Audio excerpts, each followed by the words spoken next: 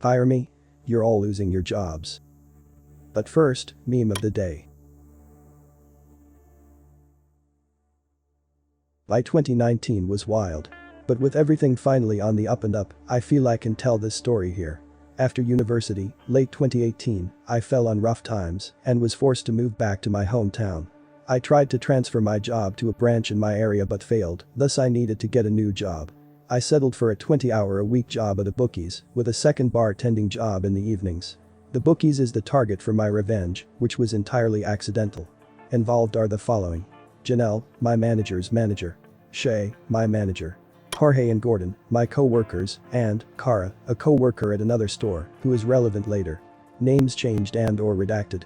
I ended up working behind the counter as a customer service manager, basically a step up from a cashier. It's fancy when seen on a CV, but there's nothing really to it.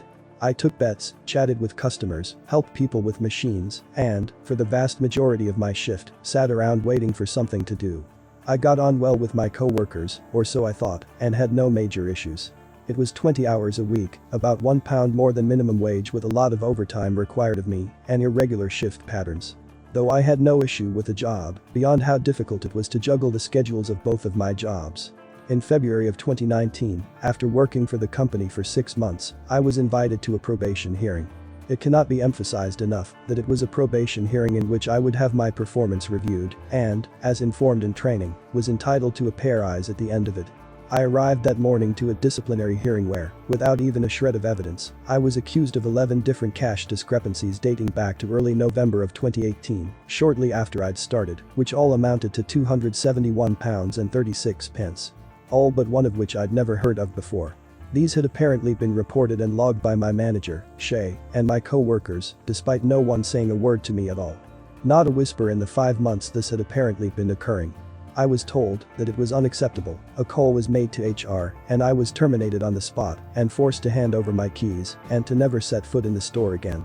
To my protests I was told the decision could not be appealed and I would eventually receive written confirmation of my employment's termination in the post.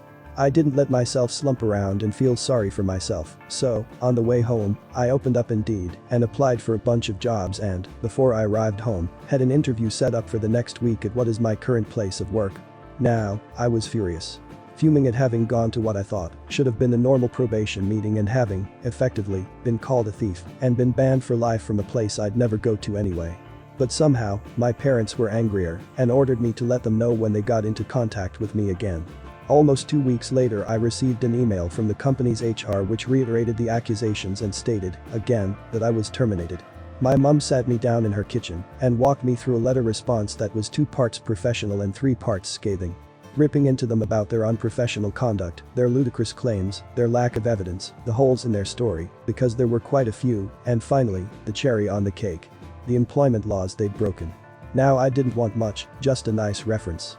A promise that not a whisper of these accusations would turn up when my new job asked them for a reference, because, by then, I'd already been offered the job. I then attached the letter to an email to fire back at their HR department. Then I added Janelle's work email. Then her boss's email and finally, the holding company that owned the brand.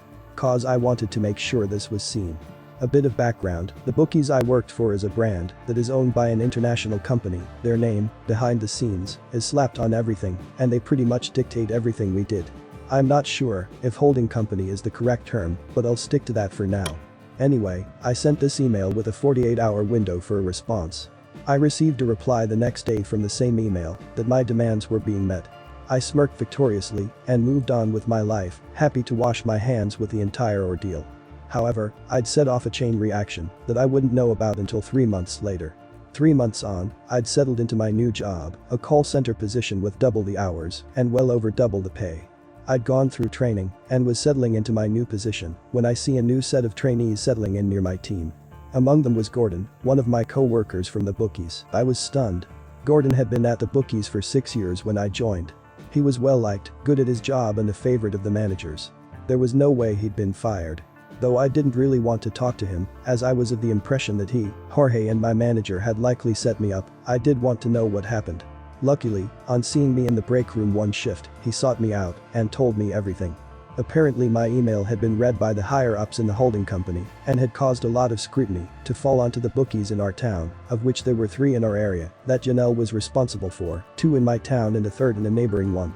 Someone in HR passed a message down to the area manager, Janelle's boss, claiming they wanted things investigated and they wanted results yesterday, causing him to drop everything and descend on our little town with the panic and aggression of a man whose superiors were watching his every breath. He went to Janelle wanting to know why he hadn't been made aware previously that I was apparently stealing money, why I had been given keys to the shop and shifts on my own when allegations of that nature were attributed to me, and why I hadn't been put under investigation. Turns out, Janelle had in fact put in my employee file that I was under investigation, but had never actually gone through with any of the official procedures for monitoring and investigating me. Shock horror. Thus she had fired me for the accused crime without looking into it at all, falsely claiming otherwise. Thus, the area manager took the dates and amounts of the cash discrepancies, confirmed that they had been reported on those days, without my knowledge, in Shay's own logbook of the shop's cash, and sent that information on to our security team to investigate. Another little detail is that the CCTV for every shop in the brand is outsourced to a private security company who monitors each shop remotely and has access to all the cameras and video. As was procedure, they looked into the dates mentioned to see if I'd been doing anything untoward. I know I wasn't, and nothing was ever said to me. But they did find something. Turns out, money was going missing from the shop, but, surprise surprise, it wasn't me, but Jorge and Shay. They not only set me up, for reasons I will never know, but were also falsifying numbers and cash checks on the system to hide it. One thing Shay was caught doing was deliberately shortchanging customers by taking portions of their winnings without them even knowing it. Bear in mind, a lot of our customers were elderly men and women. Gordon claims that he once opened the shop after I and Shay had closed the night before and noticed a cash difference, but had been told not to say anything to me as I was under investigation and it could compromise it. He did apologize, and I let it go. Needless to say, Jorge and Shay were fired. But it doesn't end there. Our team was small, including me. There were a total of 4 people working at the store. As they hadn't been able to hire anyone to replace me, Jorge and Shay's termination meant Gordon was the only employee at the busiest shop in our area. Even if they'd been able to get other colleagues from the 2 other shops to help out, it wouldn't have been enough to keep the shop open and manage the amount of customers. So they closed the location down until they could get the staff to run it. It was at that point that Gordon handed in his resignation and applied for his job at my work. Meaning they had no one. On top of that, Gordon's girlfriend worked in the same shop as Janelle, and she relayed that she was rarely at their store in the other town for the next few weeks before the area manager reported she was fired as well. No reason given to her. I was later issued an apology for everything by the area manager and informed she, Janelle, was no longer with the company in an email some time later. But somehow, it doesn't end there. With the store I worked closed, this one being on the high street and where most people preferred to go, the only other location in town was the much smaller location in the suburbs. The one where Kara worked. Alone. She suddenly received an influx of customers into her tiny store space and absolutely no support from other staff or upper management. Thus, for her own mental health, having already been overworked and underpaid, running an entire store by herself, she quit, meaning that location had to be closed down too. All of this at the worst possible time, March, when the Cheltenham Festival was occurring.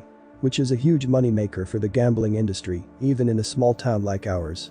An opportunity the 3 other bookies on the high street reaped the benefits of instead of my old place, as the former customers went to them instead. As it currently stands, just over a year later, both shops remain closed, and I'm currently entering a job in cybersecurity, the training for which I paid for with my current job.